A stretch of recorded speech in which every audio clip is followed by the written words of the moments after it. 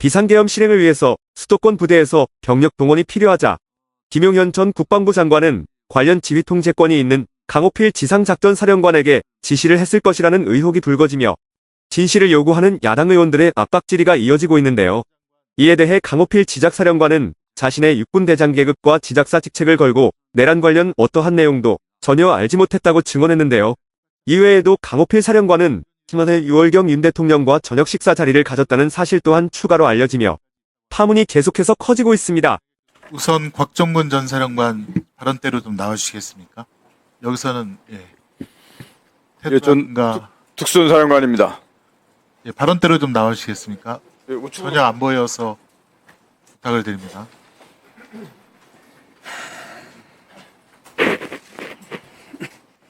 예, 전 특수전사령관입니다. 예, 우선 PPT 자료화면 좀 봐주시죠. 김용현 전 장관에 대한 공소장을 보니 윤석열은 2024년 6월 중순경 삼청도 안가에서 김용현, 여인영, 곽종근, 이진우 및 합동참모본부 차장 강호필, 현 지상작전사령관과 함께 저녁 식사하면서 시국 상황 얘기했고, 김용현은 윤석열에게 이 4명이 대통령께 충성을 다하는 장군이다 이렇게 얘기했답니다. 곽정훈 증인, 이런 사실 맞습니까? 예, 맞습니다. 그 자리에 강호필 현 지상작전사령관이 있었던 것도 맞네요. 예, 같이 있었습니다. 예, 다음 자료 화면입니다. 계속하여 윤석열은 김용현에게 지금 만약 비상계엄을 하게 되면 병력 동원을 어떻게 할 수 있느냐라고 물으니 김용현은 병력 동원 관련해서 수도권에 있는 부대들에서 약 2, 3만 명 정도 동원이 되어야 될 것 같다라고 했습니다. 수도권 부대 2, 3만 명 동원은 여기 앉아있는 지작사령관 강호필의 지휘 혹은 동의 없이는 움직일 수 없는 거죠. 그 지휘 체계는 그렇게 되어 있는데 저것은 제가 직접 들은 사항이 아니기 때문에 제가 말씀드리는 것은 제가 묻는 거는 2, 3만 명, 수도권 인근에 2, 3만 명이 움직이려면 지상작전관 사령관에 명령이 있어야 되는 거 아닙니까? 지작사 예하 부대를 움직이는 것은 당연히 지작사령관의 그 권한인 부분. 당연한 거 아닙니까? 뭐 군대 갔다 온 사람이면 다 아는 건데요. 예. 다음 자료 화면이요. 김용현 2024년 12월 4일 새벽 2시에 이 불법 계엄이 실패하고 난 후에 이런 말을 합니다. 여러 가지 어려운 여건에서 임무를 완수해준 수방사, 방첩사, 특전사, 콕 찍어서 지작사 이렇게 얘기합니다. 여러분들께 고맙게 생각합니다. 수고했습니다. 라고 얘기합니다. 이런 사실이 있습니까? 맞으면 김용현 장관이 저렇게 발언한 사실을 기억하고 있습니다. 강호필 증인에게 묻겠습니다. 지금은 특전사, 정보사 이런 부대 이동만 나왔는데 사실은 지작사도 내란 임무 중에 큰 축을 담당했다라고 저희는 생각할 수밖에 없습니다. 어떻습니까? 어떤 지시를 받았습니까? 우선 제가 분명히 말씀드립니다. 공개된 자리이기 때문에 제 육군대장 계급과 제 지상작전사령관 직책을 걸고 분명히 말씀드립니다. 저는 12.3 비상계엄과 관련한 내용에 대해서 전혀 알지 못했고 저희 지상작전사령부가 병력 출동이든 어떤 임무든 임무를 받거나 네, 알겠습니다. 분명히 없습니다. 다시 한번 그러면 경고합니다. 위증의 벌을 경고합니다. 징역 1년 이상 10년 이하 위증죄로 처벌받을 수 있습니다. 네, 알고 이런 있습니다. 공소장 나온 사실 관련해서 특수본이라든가 수사받은 적 있습니까? 수사받은 적 없습니다. 없습니까? 나중에 기회를 주신다면 지금 자료화면 제기하신 내용에 대해서 제가 나중에 부연 일단 계속 질의하겠습니다. 자료화면 보시죠. 이게 조현천 박근혜 전 대통령 때 이 계엄 문건을 작성했던 사령관의 문건인데 여기 보면 수도권 인근 부대들의 서울 진입이 상세하게 되어 있습니다. 다음 자료화면이요. 서울 시내 곳곳에 이렇게 34단을 비롯해서 기계와 여단 등등이 진입하여 점령하라는 그런 계획들이 상세하게 되어 있습니다. 조현천 씨가 해외로 도피하다가 2023년 3월 29일 갑자기 귀국해서 체포 구속됩니다. 그러다가 2023년 6월 28일 보석으로 나와서 불구속으로 다니고 있습니다. 그리고 2024년 2월 1일, 2월 21일 이 내란 예비 음모에 대해서 검찰에서 무혐의를 받게 됩니다. 저는 이 2023년부터 계엄을 위한 이 12.3 계엄을 위한 계획이 시작되었다라고 판단이 됩니다. 또 하나 가관인 것은 2023년 5월달 구속되어 있는 조현천에게 연금 2억 원이 지급이 됩니다. 지금 김영현 장관 연금 받으려고 신청한 거랑 너무 똑같지 않습니까?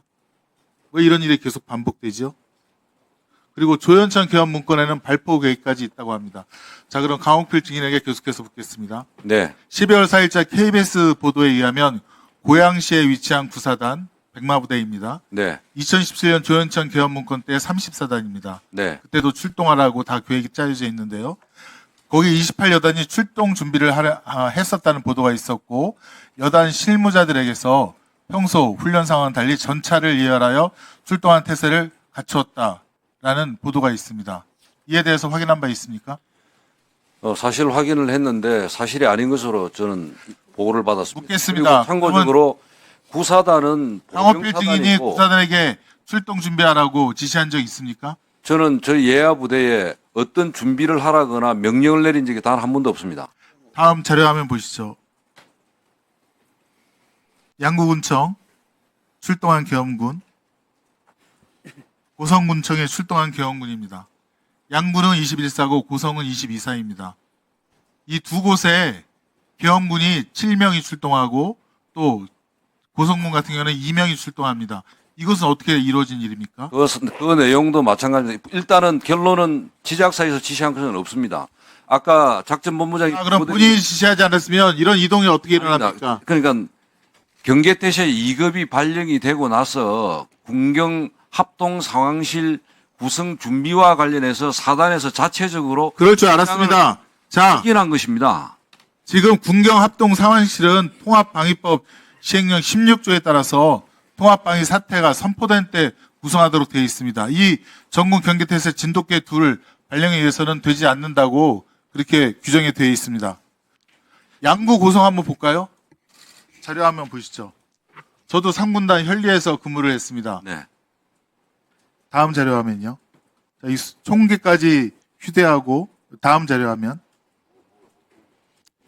이 사실 21사, 22사가 사실은 월북, 월남의 주된 이동 경로입니다. 다 알죠? 옛날에 정동진 잠수선 침투했을 때 다 이 경로로 해서 다 월북한 거 아닙니까? 네. 왜 이런 22사가 왜 그 군성에 들어가서 CCTV를 장악하려고 했는지.